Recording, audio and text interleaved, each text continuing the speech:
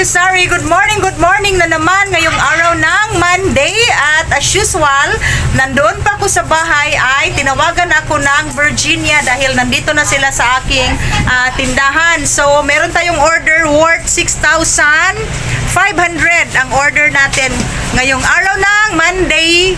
Time check tayo ay 12:10 na ng tanghali and then medyo umuulan dito sa lugar namin. Og sa Bisaya pag ataliksik ang among lugar, so lamig kayo ang panahon kay dili init. Malamig ang panahon, hindi mainit at hindi tayo papawisan, no? Shout out. So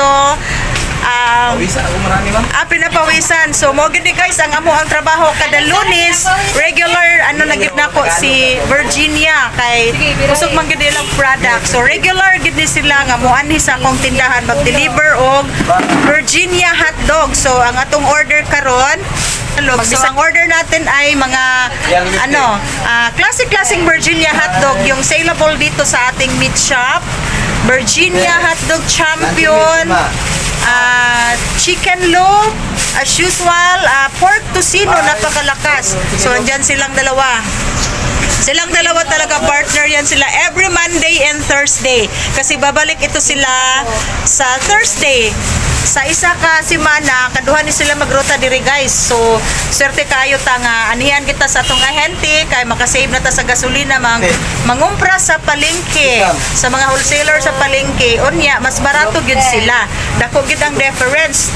Ang Virginia 250 kay 65 na sa MFD sa palengke sa bangkeruhan, pero sa ilaha diri kay 55 pesos lang. Nya, ang akong baligya 70 pesos. So, more than 20% pa tayo. So, 20% talaga ako.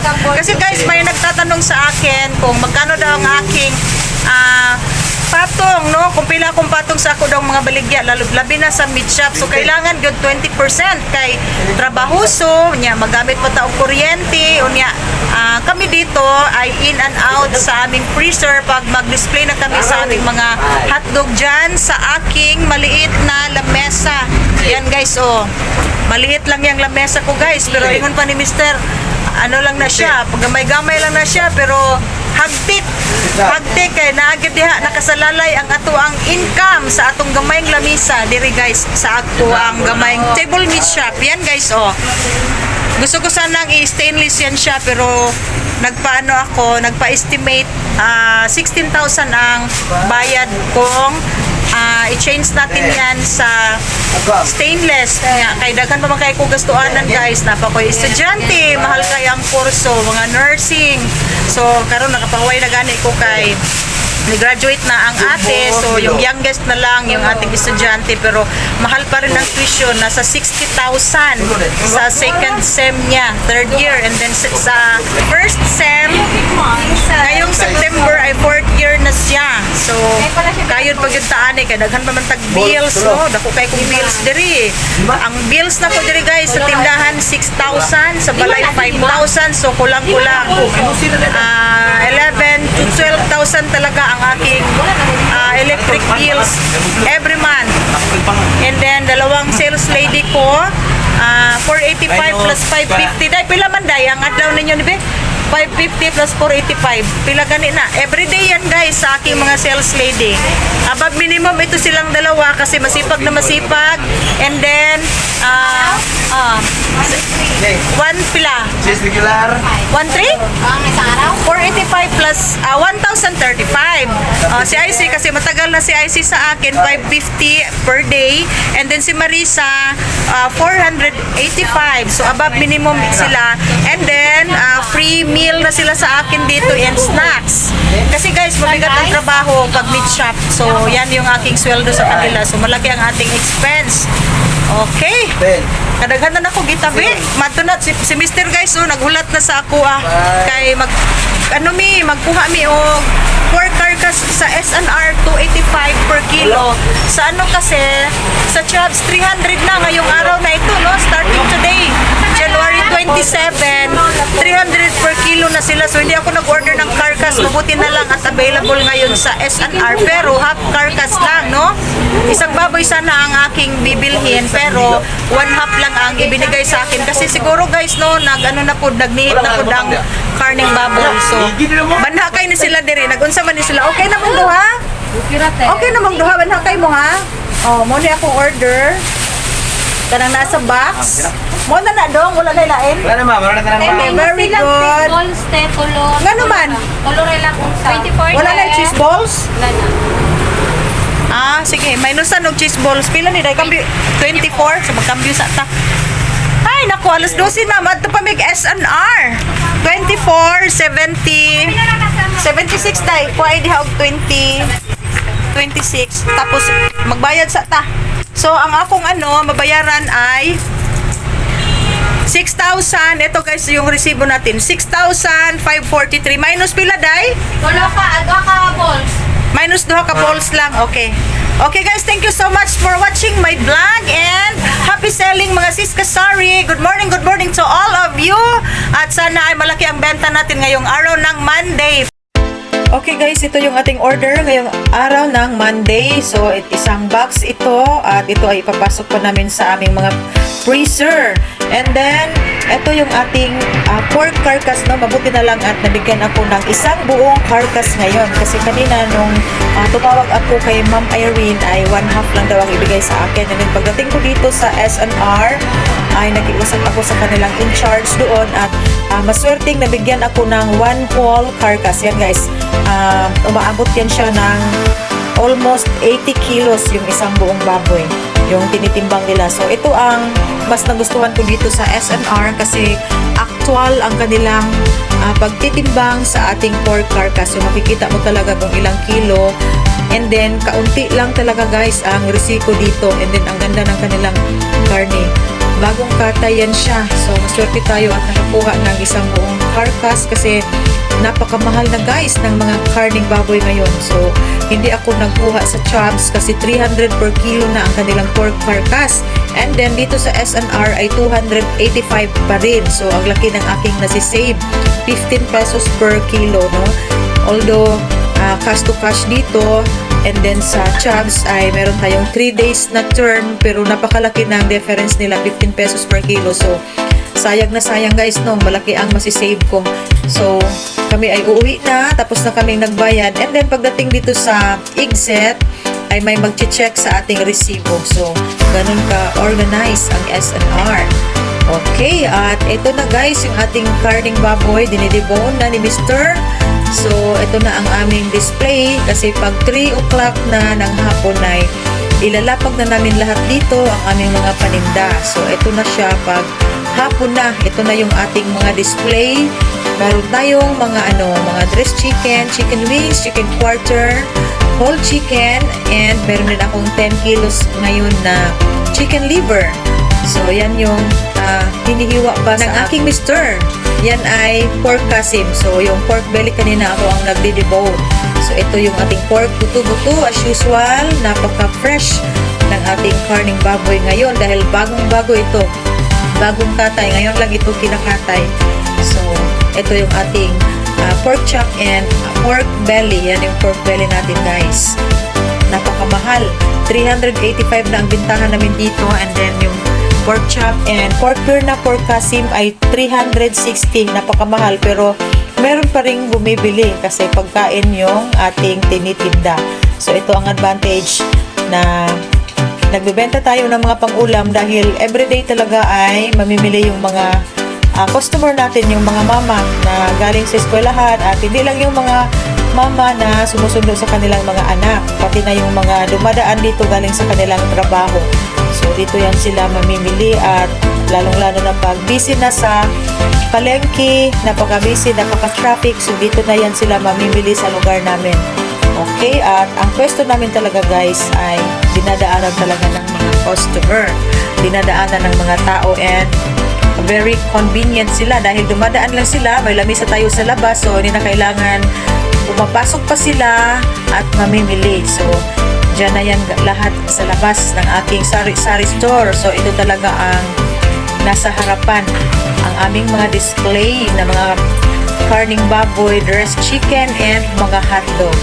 So, ito guys ang display natin. Meron din tayong mga hotdog dyan. May Pure Foods and Virginia. So, ang Virginia ay twice a week pupunta dito sa aking tindahan. So, hindi tayo mauubusan ng ating Virginia hotdog na napakalakas. Okay. Then guys, nasira yung aking freezer. So, wala tayong magagawa kundi magkuha tayo ng panibago. Kasi almost 5 years na yung freezer namin. And then, nasisira na talaga siya. Hindi na mag-on siya, pero hindi na siya malamig. So, masisira na yung ating karning baboy pag gagamitin pa natin yon. At pag ipa-repair ay malaki na ang charge sa atin. So, nagkuha na lang kami. So, ito ay inverter and may 6 siya na basket. Okay, at ito ay ipapasok nila sa tindahan. So, napaka-busy namin ngayong araw ng Monday. Marami ang ating mga delivery at ito pa ang isa sa nagpapabisi sa amin dahil nag-rearrange kami sa aming tindahan na napaka-cute. Maliit lang talaga ang space ng aming tindahan guys. So ito guys, may 6 siya na basket. Very cute din siya. And then ito yung aking delivery na naman ng gardenia loaf bread. So gabi nang dumating si Jessie, mga mga 7:30 ng gabi. So umuulan pa. So yan yung ating display rack ng gardenia. So, i-display pa namin yan dahil bawal yan ipatong sa aking bagong freezer guys. Kaya magasgasan yun ang akong freezer. Mas-scratch. So, bagong-bago yung freezer natin. So, hindi pwedeng mag-display tayo and ilalagay sa tray kasi yung puwet ng ating tray ay medyo matulis and then mas-scratch yung ating freezer, no? Yung freezer ng Selecta ay marami ng mga scratch dahil sa aking ipinapatong na tray na nilalagyan ng mga loaf bread. So, sabi ko sa aking mga sales lady na bawal patungan kasi yung bagong freezer ay sa akin talaga. Di bali na yung sa Selecta kasi hindi yun sa akin. So, pwedeng patungan ng tray na medyo matulis ang puwet niya kaya nga nagka-scratch. And then, may customer tayo mag-asawa. Bibili sila ng pork belly. Okay. So, hindi tayo kasing busy, no? Ngayong araw ng Monday kasi umuulan. Pag umuulan, hindi talaga busy. Pero it's okay kasi hit na hit pa rin natin ang ating target sales. Yan guys, ang sinasabi ko sa inyo, no? Para ma-hit ang target sales, kailangan marami tayong paninda sa ating sari-sari store, marami tayong idadagdag. Okay, at kami guys ay mag-close na. And then, itong aming bagong freezer, tingnan nyo guys, nilalagay ko dyan ang price menu ng Selecta para makikita pa rin ng ating customer na may ice cream kami. Kasi yung freezer ng Selecta ay nandun sa loob, ipinapasok namin para isasoli ko yun sa dealer. Papalitan ko ng maliit kasi ang malakas naman dito sa aking mga Selecta ice cream ay mga mga cornetto and watermelon slice, no? Yung ating mga half gallon and 750 ml ay hindi ganong malakas at makastock lang sa freezer and then stock din ang ating kapital. So, ang malakas dito ay mga cornetto lang, 20 pesos ang benta ko. So, dyan ko muna nilalagay sa bagong freezer. So, ako talaga ang nag-arrange. So, kinuha namin yung laman ng freezer ng Selecta kasi sa ilalim ng freezer ng Selecta maraming hotdog. Yan guys. Oh, and then, medyo malaki din yun. So, ini-off namin yon para itong bagong freezer lang at yung malaking freezer ko at ang chiller lang ang umaandar kasi guys, napakalaki ng ating kuryente. So, ito, kanina pa yan, nakapahinga na yan ng 3 hours and then more than 3 hours pa kasi nakalimutan ni Mr. dahil medyo nabisi sa pagsusukli sa ating mga customer. So, na-on namin siya more than 3 hours na. And then, after na-on, hinihintay pa namin na ng mga 1 hour bago namin nilalagyan ng mga hotdog. So, eto guys, medyo malaki yan siya sa freezer ng Selecta. So, medyo sumikip dito sa harapan and then yung space namin napakaliit lang. So, ina-arrange ko ng maigi para magkasya pero sa ilalim ay marami pa rin mga hotdog dyan.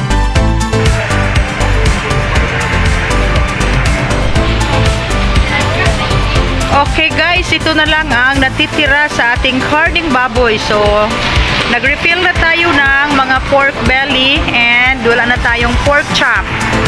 So dito guys, ito ay mga slice na kasim and pork beer na, and then ito yung ating pork buto-buto and quarter leg, chicken wings, whole chicken, tapos yung ating ribs and yung ating pork pata ay yan na lang. Pero marami pa tayong marami pa tayo doon sa freezer dahil isang baboy ito. So bukas wala tayong order na karning baboy. Pili lang sir sa imuha. Dagan pagtiyan diha sir. So ito yung ating Triumph Bra Overruns. Meron kaming naibenta kahapon. Ngayon 0 tayo. So ganyan lang guys. And then hindi naman tayo dahil hindi ito masisira and walang expiration. So yung aking customers na bibili dito ay at first titingnan mo na ang ating mga display and then babalikan nila. So ganyan yung bentahan natin sa ating Triumph Bra Overruns. And then bagong-bago ang ating freezer. So tingnan nyo guys, ang aking price menu ng Selecta ay nakaganyan siya. Nakatabingi. Sabi ni Isay, pag may bibili ng ice cream, nakatabingi sila. Kasi hindi siya pwedeng pina-straight. And then, ang dami naming kaganapan. Busy talaga kami. At ito yung dineliver kanina sa atin. 3 case na sito from Sir Som. Tapos, meron tayong mineral water. 10 case. Yan guys, 1 liter and 500 ml. So yung yung freezer ng Selecta ay dito muna guys. Yan, yung aking freezer dito na hindi na umaandar ay nasa likod na, nasa kitchen, at magagamit pa namin din yun siya. Okay, so ito kasi medyo malaki itong freezer ni Selecta, and then ang dami ko ng freezer guys at ang laki ng mabayaran ko sa kuryente, kaya nga nag-request ako kay Sir Otips na papalitan ng maliit lang, yung pinaka maliit 8 cubic lang na freezer ng Selecta. And sa ngayon ay wala pa daw available, so gagamitin ko muna yung bagong freezer ko. And then ito yung napakalaki kong freezer, punong-puno yan guys hanggang sa ilalim. Ito yung mga natin, mga pork belly na special cut, and then punong-puno ito ng sa ilalim. Yan guys, mga karne dahil isang buong baboy ang aking pork carcass ngayon. Tayo sa S&R. So meron pa dito, ito ay ang isang slab na kasim, and meron tayong barili. So yung ibang mga ipinapasok namin dito na mga hotdog ay i-transfer namin dito sa aking bagong nabili. So actually hindi ito cash. 2,500 ang monthly ko dito. Nag-swipe kami sa credit card, 0 interest. So ito ay 30,000. So 1, 2, 3, 4, 5. Unom na yung basket ani day no? 6 na, very cute na basket. So tamang-tama yung ating mga hotdog. Dito natin i-display hanggang hindi pa dito ang ice cream hanggang hindi pa papalitan ni Selecta ng maliit na freezer. So ito ay inverter. Pila man ni ka cubic, wala may nakabutang dako yata ni. Wala nakabutang no, pila ka cubic, sobra 8 yata ni, 14 cubic man siguro ni. Basta guys, ito medyo malaki din ito. 30,000, and then na siya, digital na yung kaniyang thermostat. Ipipress na lang natin yan siya. Ipipress lang yan siya, hindi na yung i-twist natin ang kaniyang thermostat. So bagong model. And then Pujidinso din itong aking malaking chiller dito. So Pujidinso lahat. So pag kayo ay mag-umpisa ng tindahan, pipiliin ninyo ang Pujidinso. Proven and tested na sa akin. Ito matagal na ito. Matagal na sa akin yan.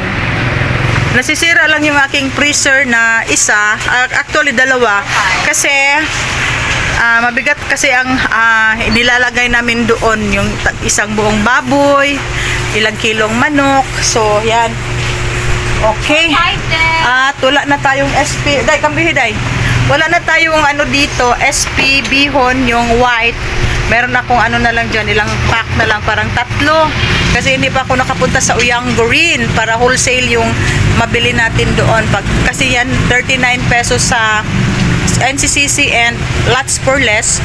37 lang yan siya sa direct tayo sa fair trading sa Uyanggurin. And medyo malayo sa Uyanggurin. Dito, meron tayong flour. So, ito yung kaganapan namin. Hindi kami gaanong busy ngayon dahil umuulan. Kanina pa, umuulan sa labas. Pero, hit na natin ang ating target sales. Ngayong araw ng Monday na napaka-busy namin. So, ang unang mauubos talaga sa pork carcass natin ay pork chop. And then, sumunod yung ating kasim, and ang matitira talaga ay ang pork pear na dahil laman siya, walang mga taba. Malakas kasi yung karning baboy na may taba dito sa akin. Tapos, meron tayong chicken liver. Ilan, sir? So, maulan guys ngayon. Okay. And then, bawal ito patungan ng tray. So, sabi ko sa aking mga dalaga na mga magaganda, si Isaiah and si Marisa, na bawal ito patungan ng tray na ma-scratch ito dahil bagong-bago. So, bawal, dapat hindi ito, dili ni ma-scratch, dili usagi tawagan maggasgas. Dapat dili ni maggasgas kay inverter ito. Bagong-bago. Utang na naman tayo. So, hindi pwedeng hindi tayo mag-open, magtitinda dahil ang dami ng babayaran natin. Tapos, ino-off ko muna yung aking malaking freezer, chiller, para makatipid tayo sa kuryente. Biruan nyo guys, ang dami kong freezer. May dalawang freezer doon. And then, may malaking chiller dito. Oh, meron pa pala akong dito guys. Ito, kanina, ang dami naming mga busy talaga kami, napaka-busy dahil nag-pick up kami ng pork carcass and dumating yung, dumating yung nag-deliver ng freezer. Tapos, yung chicken namin, nag-pick up si Mr. sa isang supplier namin, malapit lang dito, mas mura siya kasi si SNR ay 175, 170 lang yung isang supplier natin. So, doon ako nagkuha, and then worth 1,000 pesos na chicken wings. So, yun yung mga stocks natin ngayong araw ng Monday. And ito yung sa Unilever, worth 1,600. Mga guys, merong free ang ating chicken cubes. And ito ay napakalakas dito sa aking meat shop. Itong mga chicken cubes. So, nagkuha ako ng 10 pack na ganito. So, 6 plus to. So, bali 8 na ito. Mayroon na tayong free na 6 plus to, so 20 pieces. Dahil 10 pack ito. Ito pa, meron pa dito. Tapos, mga best foods. Murang-mura talaga guys sa Unilever. And then, pwede ka mag-order sa online na, wala na silang ahente. So, mag-order ka na lang sa online. Kagaya ng sa Selecta, mag-order ako sa online na. Tapos ito, wala sa NCCC nung namimili kami ni Mr. Nag-grocery kami. Tapos chicken and corn, and then ang daming mga bar soap dyan. Mga jumbo cut na surf powder. So muna pang, nindot pang no? So yan yung nabili ko sa TikTok na pants na bell bottom. Murang-mura lang guys, 296. Pang daily pang daily wear, wash and wear. Okay, wala na ginabot, muna na. So, ang dami nating Vitamilk galing sa Green Valley kasama ng sa Cobra.